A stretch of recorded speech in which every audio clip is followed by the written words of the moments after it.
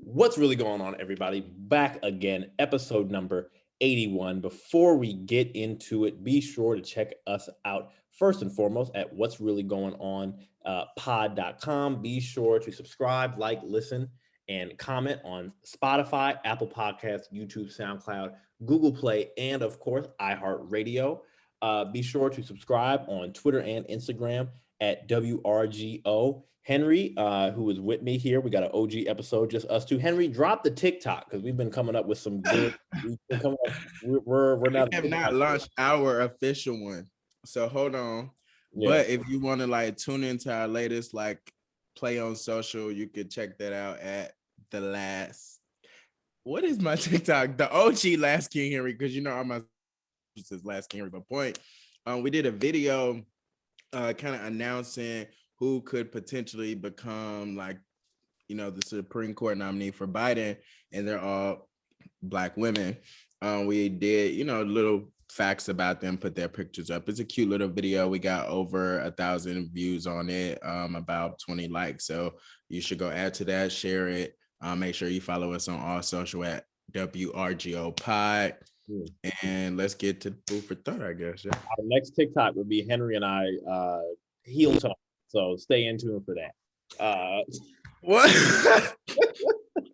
All right. So like Henry said, we did a video breaking down the Supreme Court, but we haven't talked about it yet on the pod. So we'll do that for a little bit.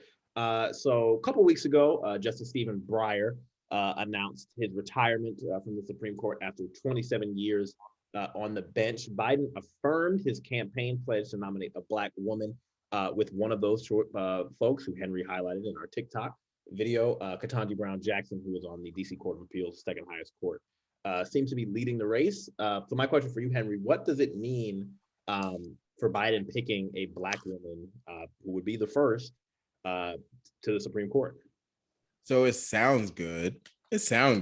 But like, we both understand the process of getting to the Supreme Court. It's a whole political play, right? Mm-hmm. So we see how they block, Obama or what?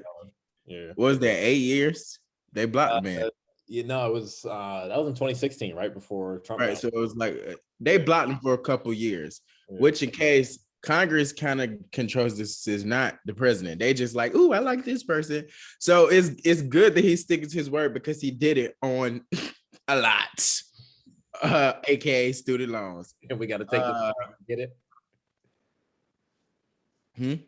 I said, yeah, because we're gonna have to, because this is gonna be the one thing that he can actually do that we just gonna have to take and run with. That's really what I said when we talked about it. Like, will he redeem himself? Because putting a Black woman as the highest, lawmaker, law decider in America. That's huge. Man, that kind of like, it does something. It says a lot, I would say. Because certainly. Go ahead. No, I mean, I think, even though it's going to be really tight, Biden's Supreme Court choice, I think, will get through with maybe 50 votes, which is all she needs.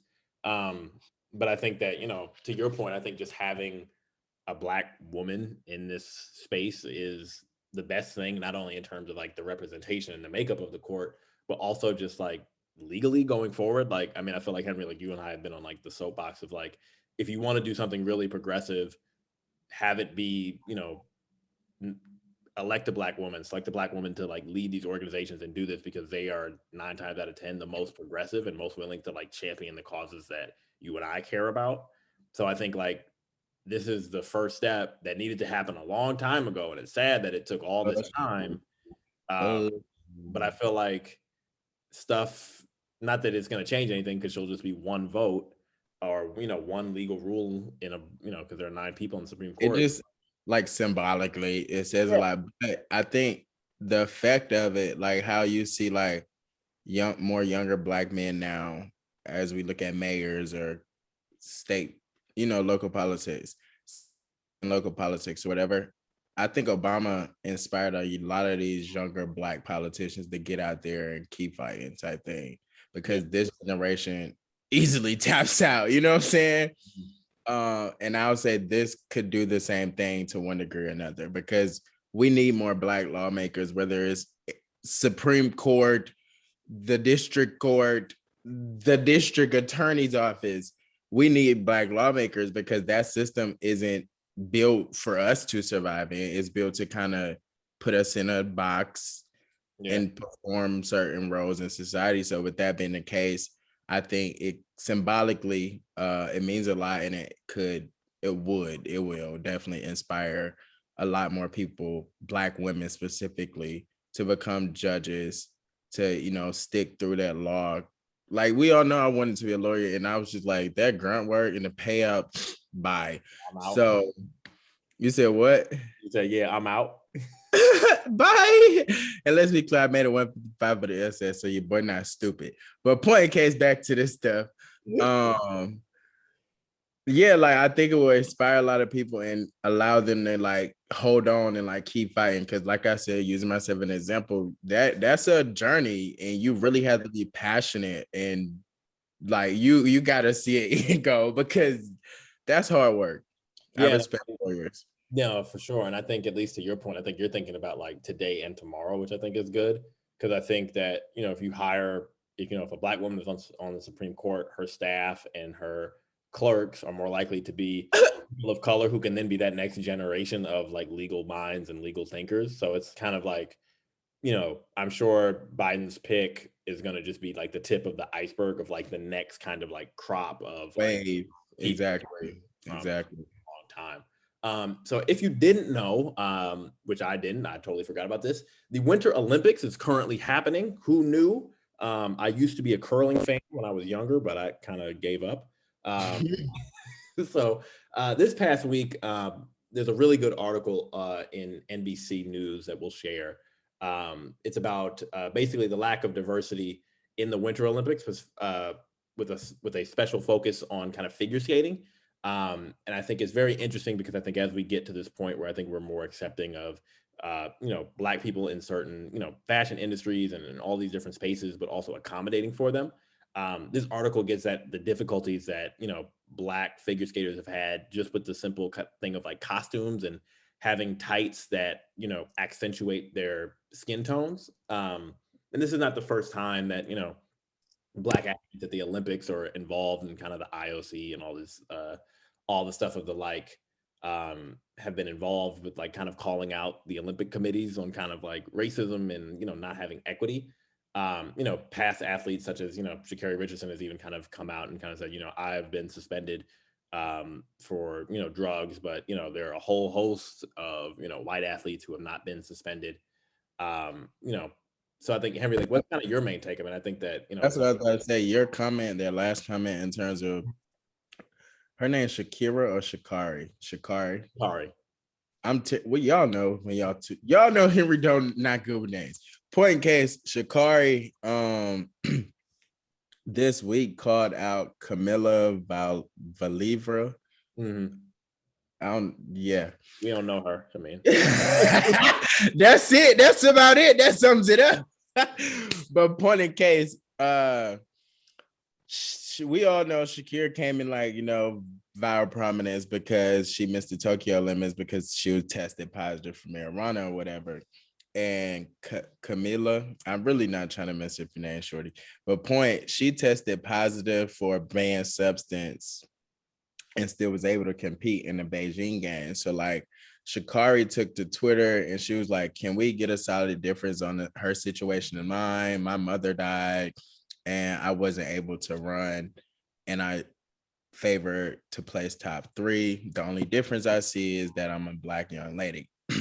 Which, I mean, I think there are nuances. How them things work. Yeah. You said what? I said I think there are nuances in this where I think it's like the natural response to me is kind of like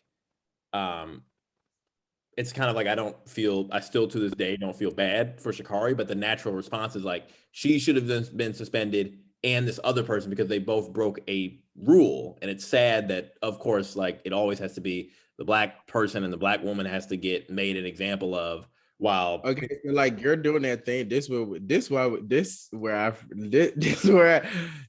You're doing that thing where you're being like almost a YT apologist because I don't think in case I think I'm making it. yes you are because we Yeah, talking about two banned substances, right?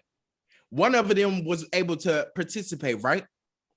One of them was not. We got to go with the facts, not hypothetical, Noah. So, which in case that lady, Shakari, is a Black woman who used a banned substance, which was marijuana.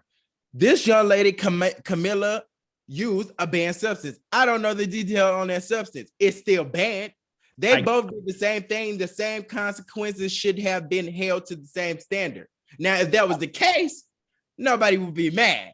That ain't the case. So you're putting your personal biasness of Shakari's situation. No, I'm not. I don't think you're understanding what I'm saying.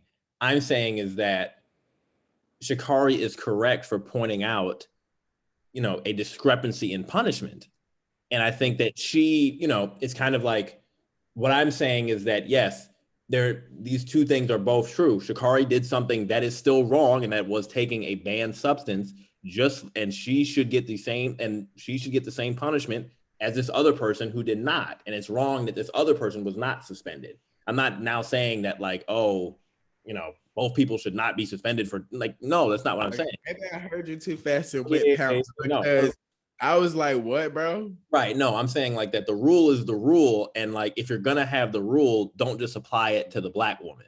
And I think also there's a longer history of Russian athletes getting suspended for taking like horse tranquilizers and other type of banned substances where they had to like make Russia is like not, they weren't a country in the last summer games. They had to like make their own little like Persuado group because half of them were like doing like blood tampering and doping. So like this screams hypocrisy. So like I understand where Sha'Carri is coming from, but it's just like everyone should get same standard for everyone. Don't just suspend the Black person and let these other people go. I think that's what I'm saying is like she should also not be allowed to run as well. I heard you too fast because like I'm like, bro, wait, what? Yeah, no. Okay, whatever. America's mayor. Mackenzie is not with us today, but I think this is still an interesting conversation. So this week, New York City Mayor Eric Adams, he's been kind of making a lot of talk kind of about New York's drill scene and drill music, which is basically like New York's version of trap music for those who are unfamiliar when I say drill. So he's spoken out against the city's drill music after an increase in both violent crime in the city and kind of some high profile, like there were a couple police officers who were recently killed and the recent deaths of two young rappers, one from the Bronx and one from Brooklyn, both who were under 22. How should we feel about kind of, the mayor of America's largest city kind of basically using drill, basically using Black music as kind of like the impetus for kind of attacking crime? So I think it's very nice. Because I don't think drill tone is originated in America, but to the point, I get confused with New York's like legalization and stuff because I know a couple months ago I read an article where because I know a lot of states are on this thing of attempting to push legislation in which rap lyrics can incriminate someone. Right. And I know that New York like overturned that or something. Trying to get people to stop doing that. Right. So like this kind of contradicts that for me. So that's when I'm like, okay, New York is a weird place sometimes with their legislation. I don't, especially because this man. Yes. I thought so. So like with that being the case, what? I don't like people like him for real because it's like, and it's hard. His job is difficult, especially as a Black politician, because you do have to focus on the crime, and inevitably that affects who and speaks directly toward who. So with doing such, if like the popularization, especially like drill tone, America, that's why I had made the point. Drill tone is really like the New York style rap now because pop, like that was the king of New York, you know what I'm saying? And now all the new people trying to come out of New York are kind of mimicking that style. So with that being the case, all of these up and coming rappers typically come from what community? So it's like you are almost attempting to kind of, again, like you said, I think marginalize a particular community based on what they consume. And I don't think it's fair. Yeah, I don't think it's right. And I was talking to some friends who are lawyers, and they were kind of saying like this is dicey one on its surface, because you're criminalizing what some could easily call free speech, like where I'm saying this and now you're holding this against me in the court of law, even though some of it, unless you're specifically describing some stuff that you have literally done. A specific event, like I went to the store and but it was on 15th Street and I saw you. You're doing that, but what I've heard, it opens up a can of worms of like, are we going to then attack free speech in this way? And also, I think it's frustrating because I think that, to your point, I think Eric Adams does have a difficult job, and you can sense that he doesn't. Obviously, he's a Black person, he's a former police officer, but in his speeches about this, you can tell that he's very upset that people are getting killed in his city. You can tell that it weighs on him and that he's like unhappy about it. And it's not. I think he's misguided and I think he's getting like the chicken and the egg mixed up, where I think he is then kind of saying like, it's the rap music these people listen to without root. Right. And without recognizing that, like, oftentimes, and I think most times, the rap that people are creating is just a reflection of what their surrounding is and what they're seeing. So it's like, you're upset at me for I didn't create this situation. I'm just talking about it.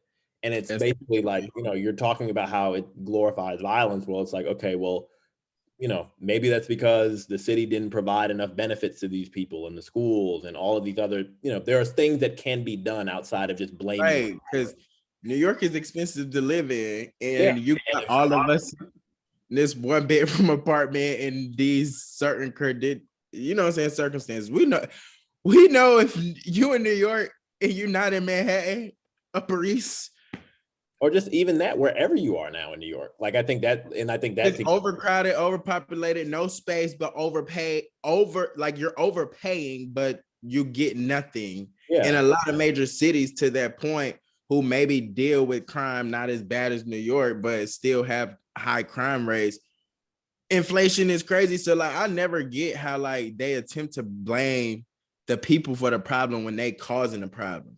Yeah, or just they're not doing enough to actually address it. Like, I mean, to your point, like New York is an expensive city. It's literally like most cities, like now Atlanta and DC, it's the haves and the have-nots, and the haves are creating more distance between the have-nots. And it's like, the rich are getting a lot richer, and the folks who are not seeing any type of increase. And that makes people desperate. And when people get desperate, they're going to do and make some tough decisions. Like, people got to make real decisions on how they can keep their lights on, survive. So I think that without kind of setting that context of like, the rap music is, yes, people listen to it and it keeps this, prevalent culturally, but we need to address these other problems that make this rap relatable to so many people. Like, that's what you should say, of like, the problem is why it's so relatable. That's what we need to talk about. So speaking of another issue, if you haven't heard, Spotify has kind of got themselves in a little bit of a pickle with their biggest podcaster, Joe Rogan. If you're unfamiliar, Joe Rogan, a comedian, he hosts a podcast that was originally probably like one of the larger podcasts that Spotify bought the rights to for $100 million. Go ahead. That they bought the rights to for $100 million. Initially, Spotify kind of got in some hot water because Joe Rogan was just saying stuff about COVID and the COVID vaccine that was just like not true. Like, basically on that Trump stuff of like telling people to take drugs that had no type of like remedy to curing COVID or all of these other things. And then India Arie, the amazing soul singer, she kind of put together a clip of basically Joe Rogan saying the N-word like 70 times.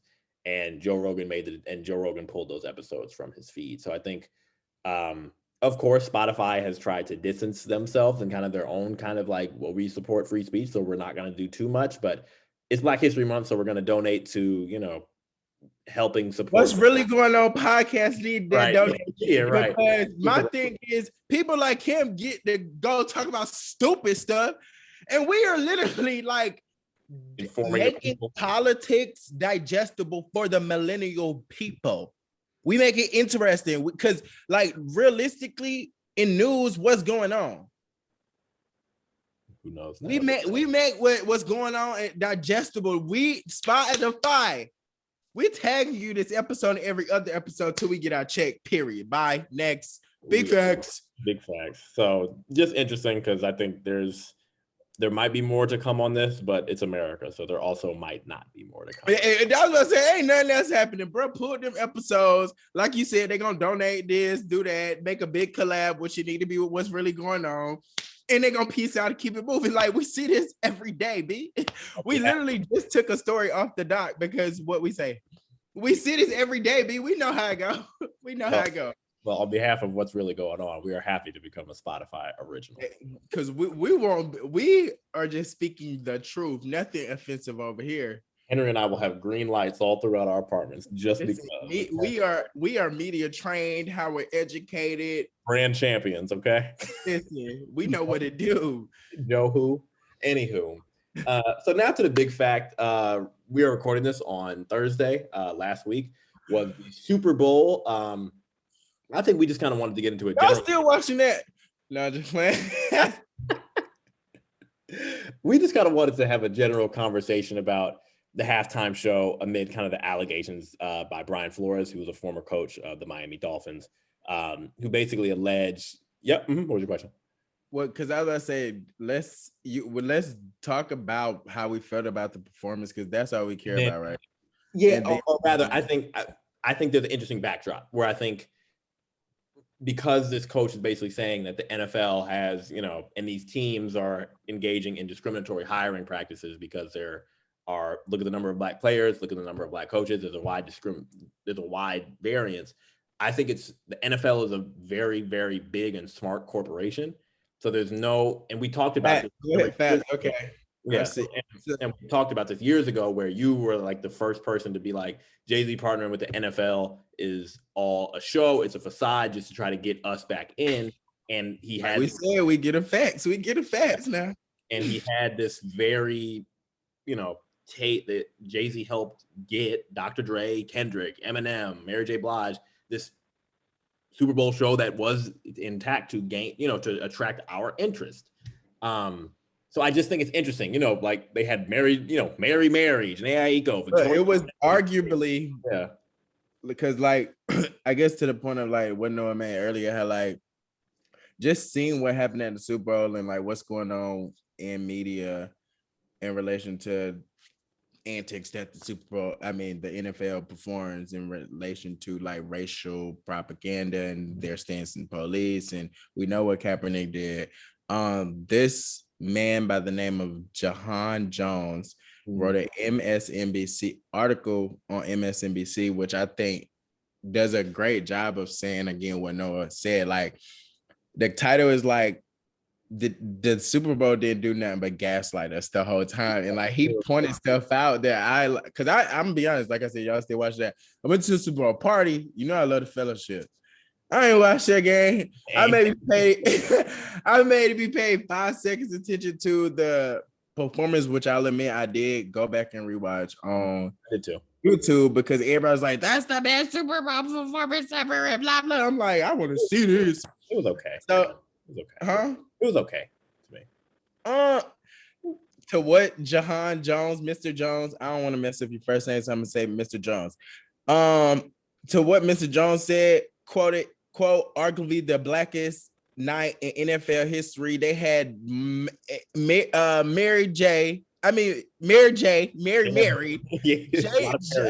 Janae, Mikey, and then what I found is because that's what I said. I didn't watch it, so I didn't know this. They invited Billie Jean to perform the coin toss. Billie Jean King, right, and recognizing the law prohibiting gender-based discrimination in schools and federally backed like learning institutes. Like that's something man is known for. So it's like, okay. And then they like publicly like highlighted all its forgotten black players or something like that. And okay, the one I'm gonna hit you with that throwed me the most, I ain't gonna hit you with that one yet. Eminem took the knee, which we seen it. I'm like, I don't really want to talk about that. yeah, like wait, whatever. This I did not. Well, again, I didn't really watch it, but when I rewatched it, I was so into Kendrick Lamar being Kendrick Lamar and like the dopeness of his performance. Because to me, that was the blackest part of it. And you know what I'm saying? I was into that. They bleeped lyrics. Yeah, didn't realize that. It did. You know when he say and you hate Popo, yeah. They care less than the deep, but I did not like and I was like, hold on, bro, you just put me on. You just put me on. Like reading his article, I'm like, I did not again, I didn't watch it.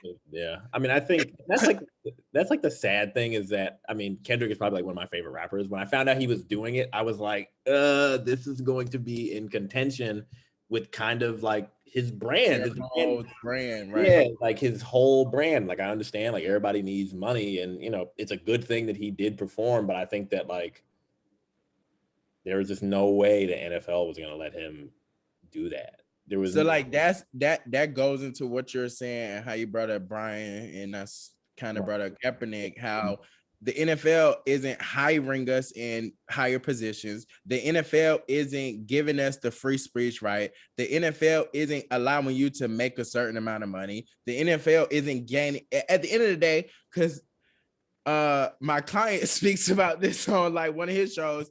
It's about equity. At the end of the day, they're not giving us ownership in that. So like for me, it's just like, why do us as a people continue to buy into it, continue to give them billions and millions? How much ever money y'all giving them? We don't do it. I don't watch. No, you know I don't. But point, I don't understand it. And it's hard because, you know, it's TV, it's the American sport and this and that and that. But I always say this and shoot me in the face with a tomato, like, boo, tomato, whatever you do. Yeah, like, I think us as a generation, like, we want to call everything out, but we don't want to stick to the, like, we don't sacrifice. We don't want to sacrifice. And like, I think it's hard. And I think like, and I think even you recognize that, where it's like, I think it's an entertainment product. And like, the funny thing is that I wish is that I think a lot of people I know, like you and others, have stopped watching the NFL. Like a lot of people have watched it, to be clear, but I did used to tune into the foot. Right. But you stopped. I stopped. I don't do it. I don't, like I said, I ain't watch it. I did rewatch it on YouTube. I'm watching, like I watch less football now than I ever have, just in favor of watching other sports and doing other things. But like, I can agree that I have not personally noticed. Yeah, but like of consuming of football. And I think a part of that, I think, is just because one, it's a time constraint. And I think also there are just these like glaring issues with the sport. But it's almost like I really wish that there was like a certified way that we could actually have a impact or like an actual conversation about like, hey, because it's not just it's not just the commissioner who runs like the league. He works for the owners. The owners are literally the problem. And they're not held accountable by anybody because the city, tax dollars pay for the stadium. So their money's not invested. They don't care. They're making, millions and billions of dollars a year. All these people, you have to own an NFL team. You either have to be a billionaire or get together a pool of people who collectively are billionaires to own a team. And they're the ones who don't have to answer to anybody because they're so rich that they literally don't have to. And I think that's the really frustrating part. That speaks to capitalism in America, or black wealth in America. Our ability to even be able to do that. Like, how many black people own sports teams? That's a good question to ponder. I don't know. Not many. I mean, I think the NBA has Michael Jordan. That's really not. Jay-Z owned like less than 1% of the Brooklyn Nets. That's what used to piss me off when people be like, he owns the Nets. Do you know the percentages on that?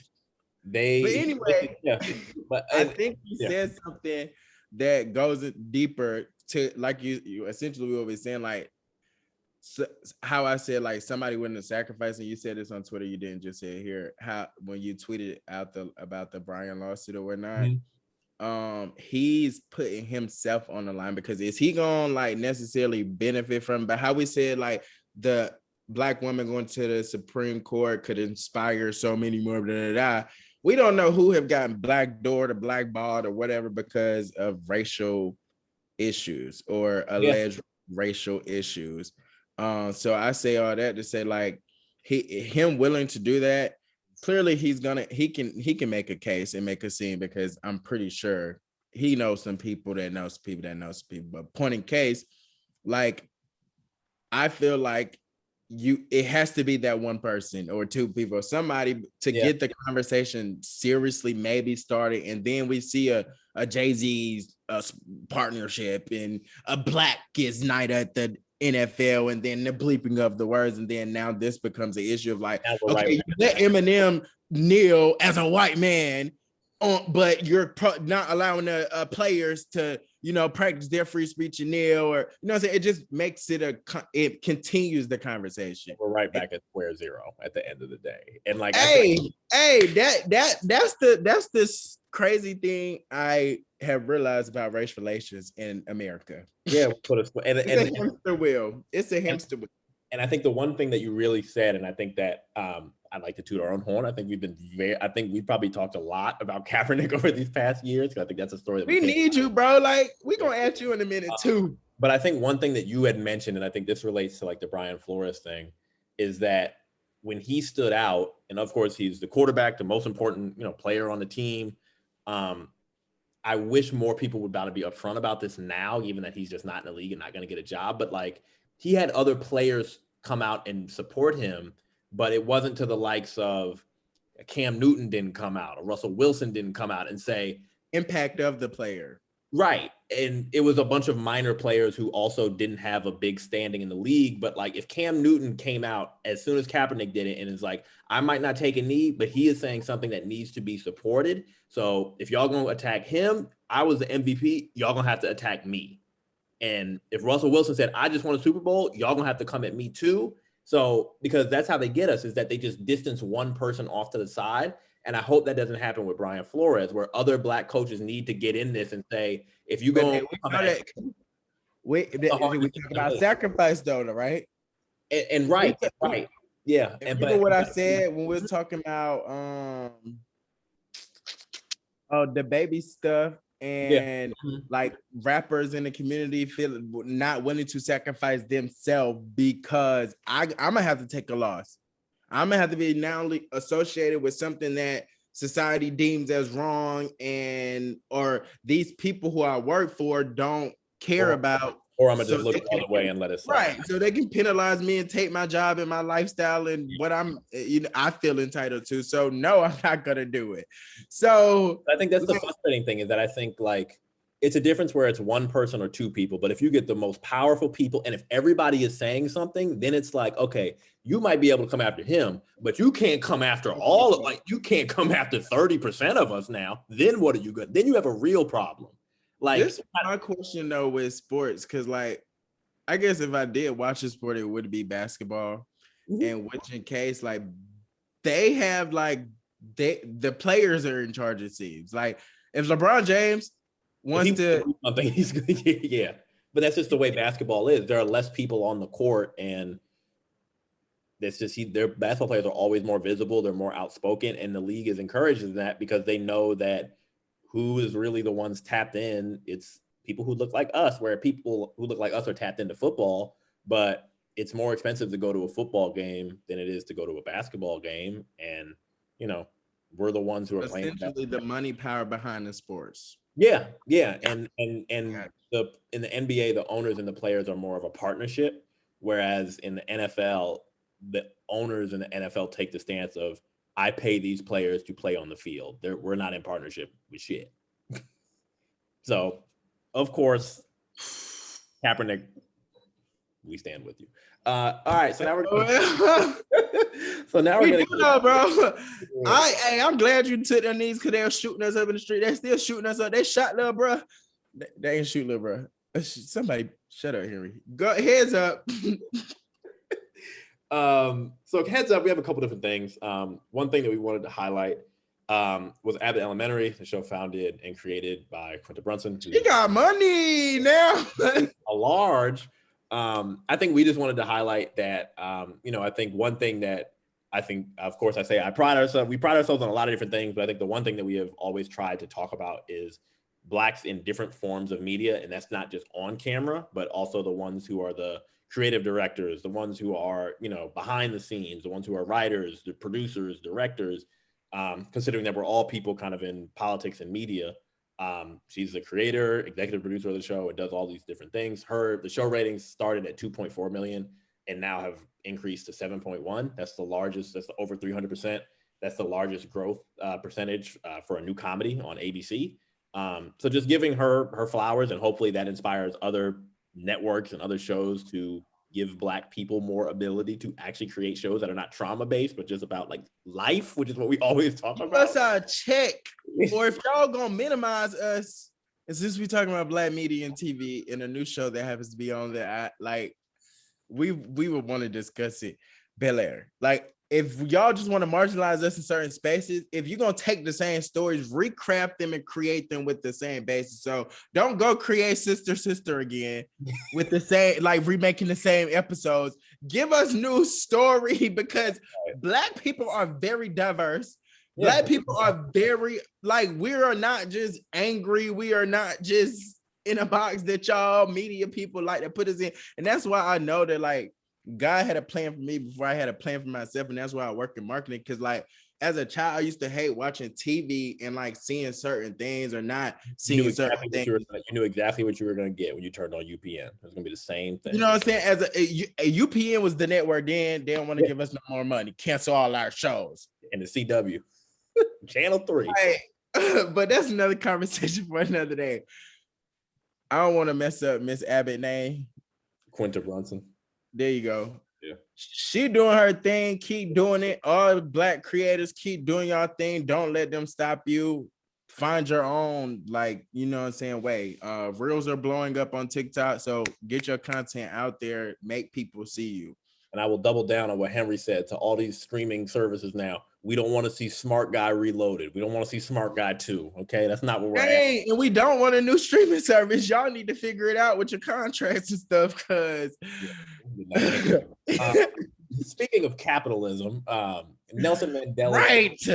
Nelson Mandela's home has been transformed into a luxury hotel. Shout out to Henry for finding this out. Which was a symbol of his presidency through, struggle against apartheid. And now it's going to be a luxury queen double bed set up. So it's just crazy. I think that's just something to stay up in tune on. And I think it goes to the fact that South Africa still has racial issues that are still not addressed. And, the key figures in that being Nelson Mandela, they're still, taken advantage of and monetized, because that hotel is going to get a lot of money solely because it was his former home. And, somebody's profiting off that, and it's probably not his family, which is the sad thing. That's what's crazy about it. And I guess what's the tweet that I seen, that was wasn't he a socialist? And I was like, that's crazy. Cause bro, definitely believed in that stuff. So it's just ironic that you're making money off of my name and notoriety and what I did for the country. Last thing that we want to highlight is if you go on Twitter at WRGO Pod, it's our pinned tweet for the month. And I think this is actually probably some of the best Twitter content that we've ever done. Every day, it's not every day, some will be honest, sometimes it's every other day, but every day we are trying to highlight a history and Black figure who does not make the headlines. Too often we have always joked that our, history textbooks, we, get 2 pages where it talks about we were slaves, Civil War, we had some issues, MLK, Obama, now we're living the life of luxury. There go the stories. Florida trying to get them to push that for real, y'all. And those 2 paragraphs are going to be in Florida high school for freshman history class. So we wanted to highlight people who didn't make the headlines, but who are trailblazers, who, the world would not be the same, and we would not have the achievements that we have on this They're day. not going to erase our history, y'all. Not according to me. Not according to what's really going on podcast. They're not doing it. Because we done did too much. That house they stay in up there in D.C., guess who built it? These roads and stuff, y'all, the ability, that street light, your comb, your brushes. And you wonder why they call it the White House. I had to bring that Atlanta out, let you know I'm real Southern. I know what be going on. Tipped hat. No, seriously, So, guys. yeah, but on a serious note, because you highlighted Huey P. Newton, which is his birthday today. In the That past, is what is amazing. yeah, That's kind of where I was going with it. But seriously, we definitely have to just stay intact with us and comment on what Noah said, like about Huey P. Newton, who we know he founded the Black Panther Party and what that party did for Black people as a whole and could have done had it not been labeled a terrorist organization when certain other organizations that are actually, near my point in case, get to burn the Capitol for fun. But point in case, his birthday is today. He's also a good man of Phi Beta Sigma Fraternity Incorporated. He's my fraternity brother.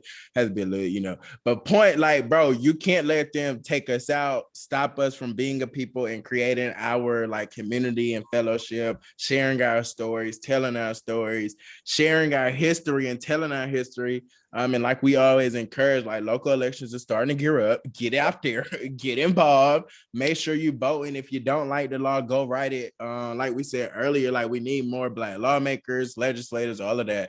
And I mean, I guess I'm on this hope because I mean, it's Black History Month, but Black history is every day, not just 28 days of the year. You know what I'm saying? You're going to celebrate us. You're going to see us. You're going to support us. And we're not going nowhere, you know what I'm saying? Because if you look at the biology, but anyway, that is our 81st episode of the OG with me and Henry back, taking it to the pre-2020 days. Be sure to check out the website at what'sreallygoingonpod.com. Be sure to subscribe on Apple Podcasts, SoundCloud, YouTube, Google Play, and iHeartRadio. Be sure to check us out, like we just had mentioned. Check out the pinned tweet on Twitter and follow us on Instagram at WRGO Pod. Stay up to date on our TikToks where we'll be dancing for the boys and girls and thems and all that.